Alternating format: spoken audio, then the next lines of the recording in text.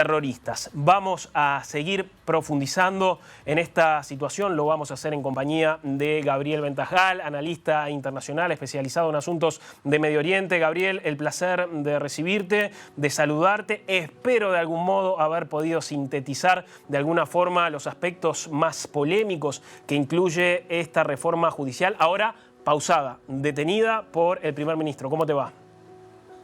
Muy bien, muchas gracias. La verdad que te felicito por el informe muy exacto.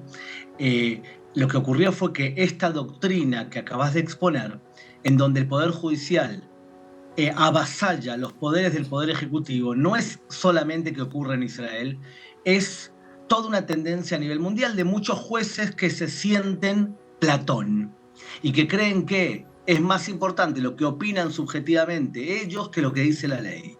En este caso, lo que ha ocurrido es que este avasallamiento ha ocurrido durante 30 años.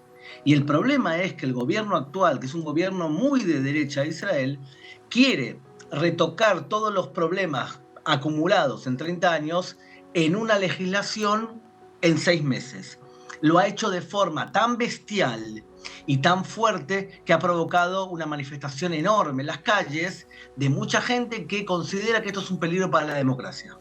Y yo omití mencionar un aspecto, además, Gabriel, y es que la salida por la que optó hoy Netanyahu era en definitiva la única que tenía. Si seguía adelante con la reforma, estas manifestaciones se iban a replicar. Se ha llegado a mencionar la idea de guerra civil. Ahora, si la detenía, si no avanza en ella, el país se quedaba sin gobierno, porque sus socios de coalición lo abandonaban. Y esas eran las salidas que no tenía el primer ministro, que termina optando por esto, por un enfriamiento, un paréntesis, una pausa. En definitiva, quizás esa sea la palabra más adecuada para describirlo.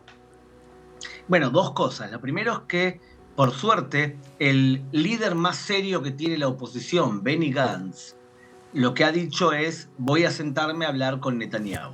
Y eso es una muy buena noticia porque hasta ahora no había ocurrido eso. Y lo segundo es que también existía la posibilidad de un drama total en donde el Parlamento israelí aprobase todas las reformas o parte de las reformas y luego el Poder Judicial emitiese una sentencia por el cual anula las reformas porque están en contra del sistema, o sea, están en contra del poder que ellos mismos se han asignado. Entonces, eso también iba a crear una enorme crisis constitucional en el país. Creo yo que este momento en donde se sientan a dialogar posiblemente puede ser el comienzo del fin de la crisis. Mencionás una crisis. En estas latitudes hay otros términos, otros modismos. ¿El de grieta, por ejemplo, se puede aplicar a la sociedad israelí actual? Totalmente, porque la grieta tiene otro fenómeno, y es que personas inteligentes hablan como hinchas de fútbol. Personas dejan de analizar los claroscuros que has explicado tú o que intento explicar yo, e incluso periodistas conocidos se transforman en hinchas de fútbol y dejan de informar, y son todos slogans. Por ejemplo, decir que las reformas eran el fin de la democracia y que íbamos a hacer como Hungría, Polonia y Turquía. Ese tipo de declaraciones esconden en general un deseo de no aceptar ninguna reforma, porque la situación actual beneficia a un campo político determinado. Entonces nadie quiere que a los que se benefician por la ilegalidad o la falta de democracia le muevan el queso del lugar. Eso lamentablemente también es parte de estas reformas. Hay muchas personas que no aceptan una derrota electoral y quieren seguir gobernando a través de los beneficios de la jurisprudencia en vez de la ley. Háblame de esto, Gabriel, de lo que estamos observando, de esta reacción popular, no quiero decir atípica en Israel, porque no lo es. Su principal sindicato, la Histadrut, tiene un largo historial en materia de reivindicaciones y de manifestaciones. Ahora, ¿te ha sorprendido particularmente la convocatoria que estas protestas han tenido? Me ha sorprendido especialmente el nivel de banalidad con que periodistas y manifestantes analizaban la situación. Eso por un lado. Y no me ha sorprendido la cantidad de personas que se han manifestado Me ha sorprendido, sí, que los que apoyan las reformas no se hayan ido a manifestar hasta hoy, que hoy han ido a hacerlo. De todas formas, me parece que esto también demuestra la fortaleza de la democracia israelí, en donde la población realmente se siente decepcionada de lo que dice el gobierno, y por otro lado, también creo yo que es importante señalar que paralelamente las reformas están también envueltas en un clima en donde el gobierno, además de proponer estas reformas que tienen su lado lógico, promueven también ciertos ministros todo tipo de decisiones que son vistas como realmente preocupantes. Porque, por ejemplo, si tú pones una multa a alguien por vestirse dentro del muro de los lamentos de forma indecorosa, y bueno, estás intentando imponer una vestimenta como si fuésemos un país musulmán radical que no somos. Este tipo de propuestas paralelas a las reformas que se proponen realmente preocupan al campo liberal, y por eso las manifestaciones las ves principalmente en ciudades como Tel Aviv. Hablabas de la banalidad de estas manifestaciones, estas imágenes son en vivo hasta ahora en la ciudad de Tel Aviv. La banalidad que has distinguido en estas protestas, ¿es asemejable a la que se dio en el año 95, en vísperas del asesinato del primer ministro Isaac Rabin? No.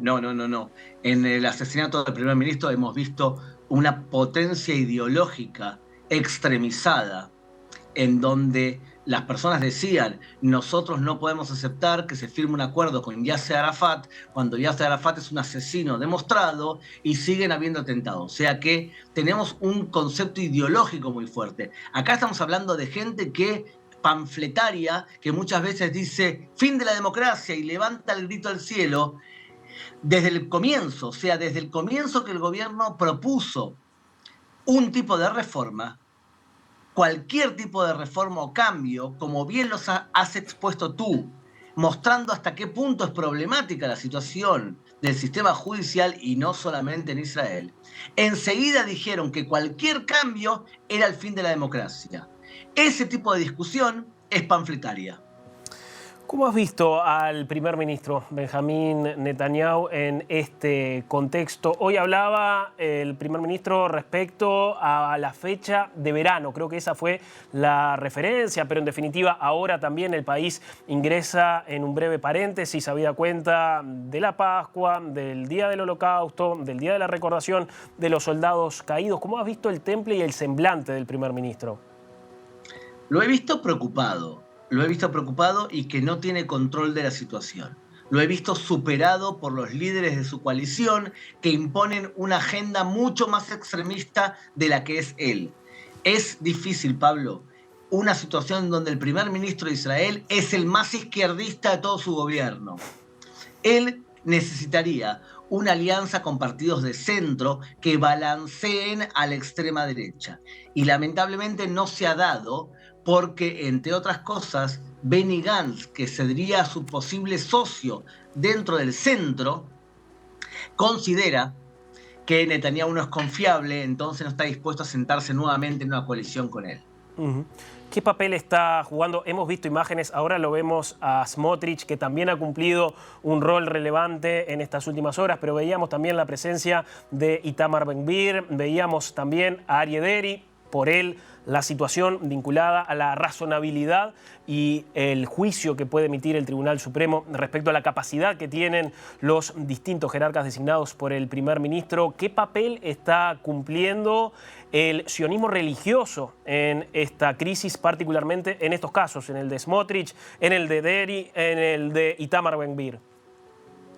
Ante todo, Pablo, me tengo que despedir porque tengo varias conexiones con varios medios. Solo decirte que lamentablemente han impuesto una agenda mucho más extrema, y se han pasado en la oratoria y en la retórica radical a la hora de hablar. Porque cuando Smotrich dice, por ejemplo, que quiere borrar del mapa a un poblado árabe desde donde salió un terrorista, ese tipo de declaraciones no son propias de un primer ministro o de un gobierno de Israel que defiende a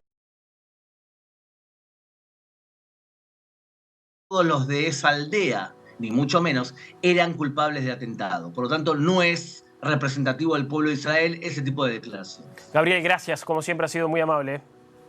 Un abrazo grande. Gracias. Que pases bien. Gabriel Ventajal, analista internacional en directo desde Israel.